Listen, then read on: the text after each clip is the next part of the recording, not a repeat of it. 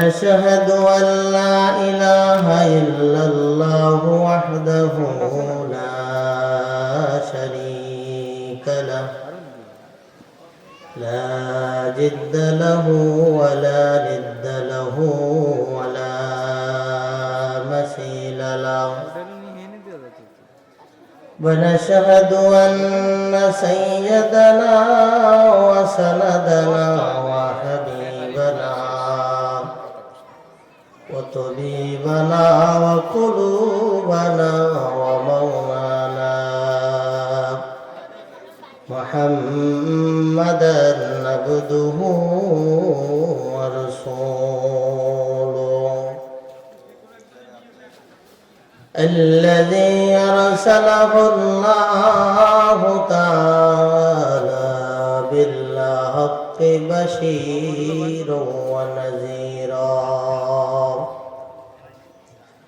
وداعيا إلى الله بإذنه وسراجا وقمرا منيرا أما بعد فأعوذ بالله من الشيطان الرجيم بسم الله الرحمن الرحيم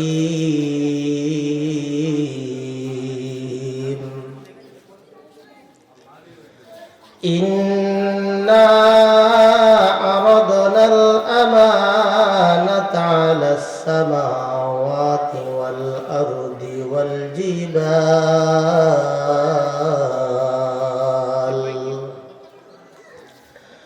والجبال فأبين أن يحملنها وأشفقنا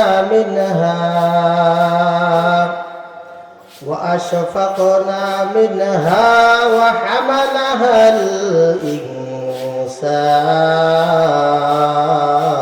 الإنسان إنه كان ظلوما جهولا وقال رسول الله صلى الله عليه وسلم خيركم من تعلم القرآن وعلمه أو كما قال النبي عليه الصلاة والسلام صدق الله مولانا العظيم وصدق رسوله النبي الكريم ونحن على ذلك لمن الشاهدين والشاكرين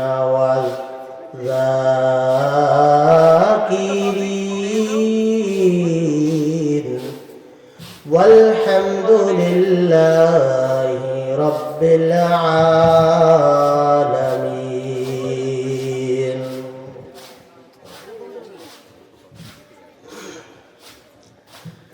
ঐতিহ্যবাহী পাটগাতি রহমানিয়া মাদ্রাসা 12তম বাৎসরিক ওয়াজ মাহফিলের সম্মানিত সভাপতি সাহেব, বিশেষ অতিথি, আজকের প্রধান অতিথি উলামায়ে কেরাম, সামনে উপবিষ্ট মুসল্লিয়ানে কেরাম, আমার সমবয়সী যুবক ভাইরা, স্নেহের ছোট ভাইরা, বিশেষ করে পর্দার আড়ালের মা ও বোনেরা, আমি ঐশী গ্রন্থ আল কোরআন সূরা আহজাবের 72 নম্বর আয়াত তেলাওয়াত করেছি।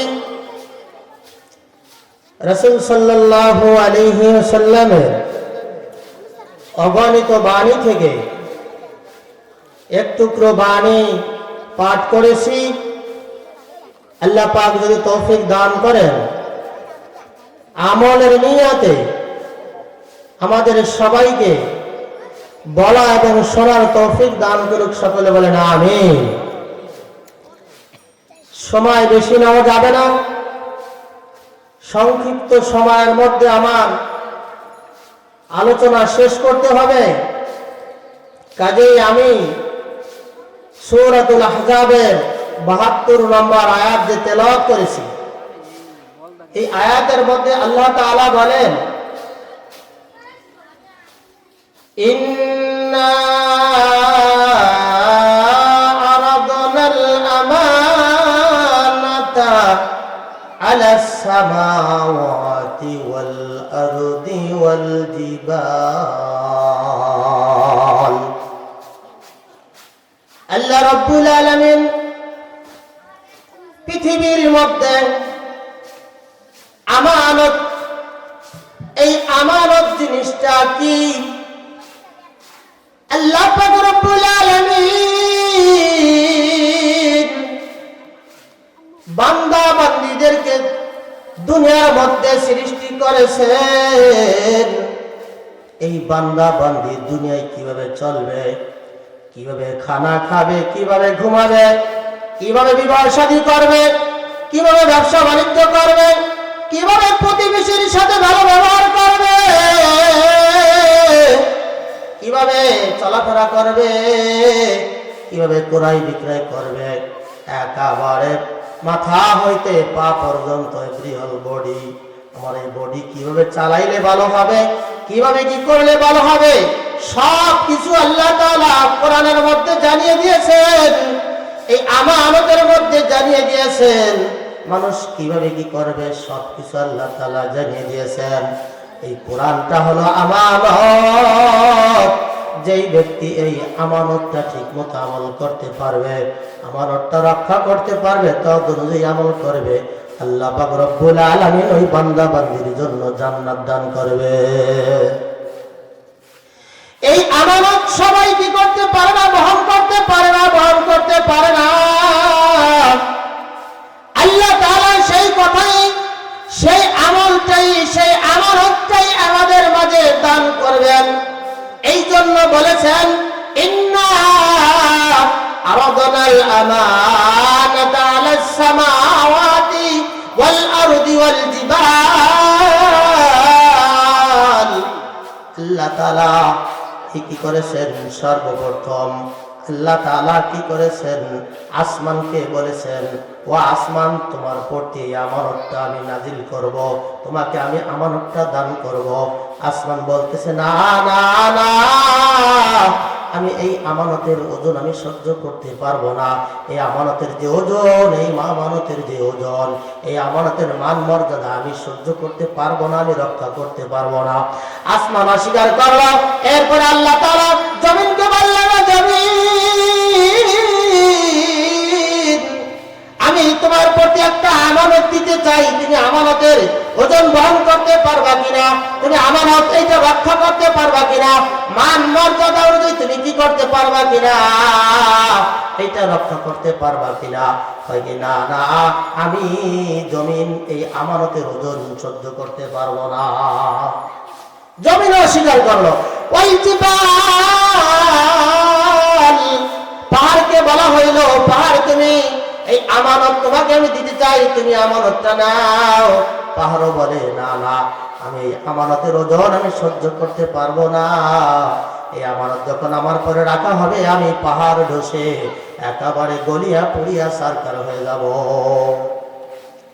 আল্লাহ তাআলা শেষ পর্যন্ত কি করলেন? মানুষের প্রতি কি করলেন? মানুষের প্রতি এই আমানতটি কি করলেন? এরকম নাজিল করলেন। আল্লাহ তাআলা কি করলেন? এই আমানতকে দান করলেন। ওয়া হামালাহাল ইনসান,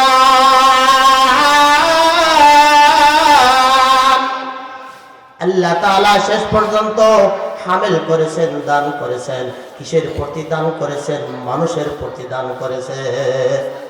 আর সেইটা কার উপর দান করেছেন? মুহাম্মাদুর রাসূলুল্লাহ সাল্লাল্লাহু আলাইহি ওয়াসাল্লামের প্রতি আল্লাহ তাআলা কি করেছেন? এই আমানতকে দান করেছেন। সেই আমানতের নাম হলো কোরআনুল কারীম। আমানতের নাম কি বলেন? কোরআনুল কারীম। এই কোরআন এখানে কি করা হয়? বাচ্চাদেরকে পড়ানো হয়। সোনার পাখি, কোরআনের পাখি। এই কোরআনের পাখিরা যখন ফজরের আযান দেয়, এই আযানের 1 ঘন্টা আগে আমরা থাকি ঘুমায়া। আর এই কোরআনের পাখিরা এই শীতে ওযু করে কোরআন শরীফ পড়া শুরু করে।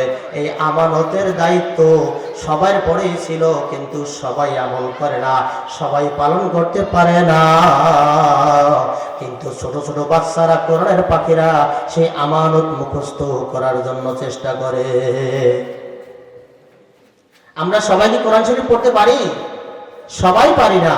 কিন্তু এই আমানত, এটা সবার উচিত, সবারই দায়িত্ব। এটা তেলাওয়াত করা, সে অনুযায়ী আমল করা, সে অনুযায়ী চলাফেরা করা, সে অনুযায়ী ব্যবসা বাণিজ্য করা, সে অনুযায়ী লেনদেন করা, সেই অনুযায়ী বিবাহ শাদী করা, সেই অনুযায়ী দুনিয়ার যত কাজ আছে ভালো মন্দ সব কাজ কি কোরআন শরীফের মধ্যে ব্যাখ্যা করা, হাদিসের মধ্যে ব্যাখ্যা করে উল্লেখ নাই যে এইভাবে চলতে হবে, এইটা এইভাবে করতে হবে? সব কিছু কি আছে? আল্লাহ তাআলা কোরআনের মধ্যে সব কিছু বিশ্লেষণ করে দিয়েছে। এই আমানতের পরে সব কিছু দিয়েছে। তো এক ব্যক্তি, তিনি বুড়া মানুষ, কাজ করতে করতে কিষান দেয়, এমনি কিষান, স্বাভাবিক কিষান দেয়। কিষান দেয় বোঝেন? জমিতে কাজ করে, জোন বসায়, জোন বোয়ায় আর কি, বসায় তো বলি, জোন বোয়ায় মানে মানে স্বাভাবিক লোক, একেবারে সাধারণ একজন লোক, কোনো মানে নাম টাম বেশি একটা লিখতে পারে না, জিনিস লোক, কিন্তু লোকটা খুব আল্লাহ ভক্ত। ওই হিন্দুস্তানের ঘটনা, ওই ব্যক্তি মারা গেছে। মারা যাওয়ার পরে ওই এলাকায় জানাজা দেওয়ার জন্য কোনো লোক পাওয়া যায় না। আপনাদের এলাকা সবচেয়ে ভালো এলাকা, সুনামের এলাকা, সদস্য হুজুর রহমাতুল্লাহ আলাইহির এলাকা। এখানে আলেম ওলামার অভাব নাই, এখানে আলেম ওলামার অভাব নাই, ছাত্রের অভাব নাই, তালিবে ইলমের অভাব নাই, হুজুরদের অভাব নাই। ইমাম সাহেব না থাকলেও আরেকজন নামাজ পড়াইতে পারে, ঠিক কিনা?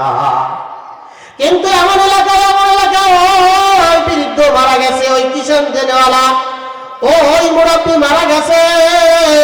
মারা যাওয়ার পরে ওনাকে দাফন কাফন করানোর জন্য, জানাজা পড়ানোর জন্য কোনো লোক পাওয়া যায় না।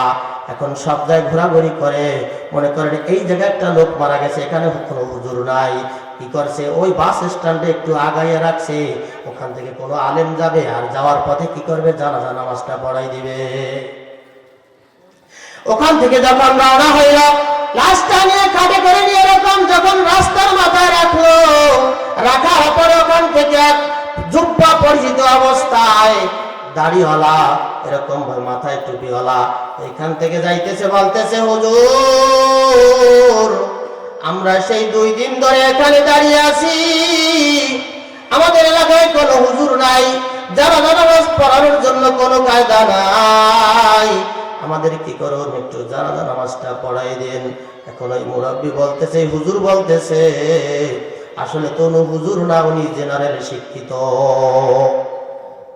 কিন্তু দাড়ি রাখছে, সুন্দর করে দাড়ি রাখছে, মাথায় টুপি আছে, আর কোরআন শরীফও পড়তে পারে, দোয়া কালাম সব কিছু পড়তে পারে, আবার উনি পুলিশের চাকরিও করে, কিন্তু হুজুরের মতো দেখায়, কিন্তু আসলে উনি হুজুর না। কিন্তু হুজুররা যেরকম কোরআন শরীফ পড়তে পারে, দোয়া কালাম পড়তে পারে, উনি সব কিছুই পারে। তারপরে জানাজা নামাজ পড়াই দিল, পড়ানোর পরে কাফন দাফন করবে। কয় কি, আমি কাফন দাফন করাইতে গেলে আমি সময় পাবো না, আমার অফিসে যাইতে হবে। কয় কি, আপনাদেরকে রিকোয়েস্ট করতেছি, আপনি একটু কিভাবে কবরে রাখে, আর কবরে রাখার সময় কোন দোয়াটা পড়ে, দোয়াটা একটু আমাদেরকে বইলা লাশটা আপনি কবরের মধ্যে দাফন কইরা তারপরে যাবেন। এরপরে এই কথা বলার পরে, ওনাকে অনুরোধ করার পরে, ওই হুজুর, ওই পুলিশ কি করলেন? তাকে দাফন করানোর জন্য কবরের মধ্যে রাখলেন। যখন কবরের মধ্যে রাখলো, রাখার পরে তার কিছু ডকুমেন্ট, কিছু সার্টিফিকেট, কিছু কাগজপাতি পকেটে ছিল, যখন নাকি লাশটা কবরের মধ্যে রাখলেন, কবরের মধ্যে তার সার্টিফিকেট ডকুমেন্ট কবরের মধ্যে রয়ে গেল। এখন সব জায়গায় খুঁজতেছে, খুঁজাখুঁজি করে অফিসে গেছে, যাওয়ার পরে দেখতেছে আমার পকেটে সে ডকুমেন্ট নাই, আমার পকেটে সে সার্টিফিকেট নাই, আমার পকেটে সে কাগজ নাই, আমার এখন কি অবস্থা। উনি যেই জায়গায় জানাজা নামাজ পড়াইছিল, যেই জায়গায় কবরে রাখছিল, উনি সেইখানে চলে আসছেন। আসার পরে বলল আমার কিছু ডকুমেন্ট হারিয়ে গিয়েছে, আমার কিছু কাগজপাতি হারিয়ে গিয়েছে, আমি কাগজপাতি পাইতেছি না। আমি যদি কাগজপাতি জমা দিতে না পারি তাহলে আমার চাকরি থাকবে না, আর আমার চাকরি না থাকলে আমার ছেলে মেয়েগুলা কি হবে, উপার্জনের কি হবে, ইনকাম সোর্স বন্ধ হয়ে যাবে। সবাই বলাবলি করলে একত্রিত হইল, সবাই আমরা এক জায়গা হই, সবাই আমরা এক জায়গা হই। এই ইমাম সাহেব, এই ব্যক্তি, এই পুলিশ, এই হুজুর কি করেছে, আমাদের জন্য উপকার করেছে, এত সুন্দর একটা উপকার করেছে। আমরা সবাই একত্রিত হইয়া সবাই একটু উপকার করি, যাতে ওই ব্যক্তির কি হয়, উপকার হয়। সবাই একত্রিত হয়ে খোঁজাখুঁজি করলো, কোথাও কাগজ পাইল না, কোথাও সার্টিফিকেট পাইল না, কোথাও সে ডকুমেন্ট পাওয়া গেল না। যখন নাকি না পাইল, মনে করলো যে কবরের মধ্যে রাখছি, যখন কবরের মধ্যে রাখছি, কবরের ভিতর যখন রাখছি, হয়তো কবরের মধ্যে কাগজটা পড়ে আছে। যখন কবরের এরকম রাখলো, কবরের মধ্যে যখন খনন করলো, কোনার থেকে যখন নাকি খনন করলো, দেখতেছে কি জান্নাতের মধ্যে এরকম, অর্থাৎ জান্নাতে যে কোরআন শরীফের মধ্যে বর্ণনা করা আছে জান্নাতের ঘেরান কবরের মধ্যে হবে, বলেন সুবহানাল্লাহ। যার কবর জান্নাতি হবে, কবরের মধ্যে এরকম ফুল দিয়ে স্টেজ করা হবে, সুন্দর পরিবেশ করা হবে, সুন্দর করে সাজানো হবে। কবর যখন খনন করলো, খনন করার এক কোণার থেকে দেখতেছে একেবারে মিশকাম্বারের জান্নাতি ঘেরান দুনিয়ায় ছড়িয়ে পড়েছে। এরপরে দেখতেছে কি, আর কিছুক্ষণ আর কিছু দূর গোছার পরে দেখতেছে বিভিন্ন ধরনের ফুল দিয়ে তার কি করা হয়েছে, স্টেজ যেরকম সাজায় ফুল দিয়ে সুন্দর করে পরিপাটি করে বিভিন্ন জায়গায় সুন্দর করে সাজাইতে সাজাইতে একেবারে চতুর্থ সাইড ঘিরে ফেলছে, ফুল দিয়ে সাজাইয়া একেবারে চতুর্থ সাইডে এরকম ঘুরিয়ে ফেলছে। তারপরে বলা হইল এখানে কি করা হয়েছে, কই যে এই ব্যক্তির কাকে লাশ দাফন করা হয়েছে, তার বাড়ি কোথায়, কই অমুক জায়গায় তার বাড়ি, কই চলুন যাই, সে কি আমল করেছে, কি আমল করেছে, কই কি সে একটা আমল করত, মূর্খ মানুষ কাজ কাম করত, আর সকাল সন্ধ্যায় একটা আমল করত, কই কি আমল করত জানি না। কই দেখেন তাকের পরে একটা বই রাখা আছে কাপড় দিয়ে বাঁধা, ওই কাপড়টার ভিতরে দেখেন কি আছে জানি না। যখন নাকি তার ঘরের লোকজন কি করলো, হাতে দিল, ওই পুলিশের হাতে দেওয়ার পরে দেখলো, যখন কাপড়টা খুললো, খোলার পরে দেখে ওই কাপড়ের মধ্যে আল্লাহ তাআলার কোরআন শরীফ।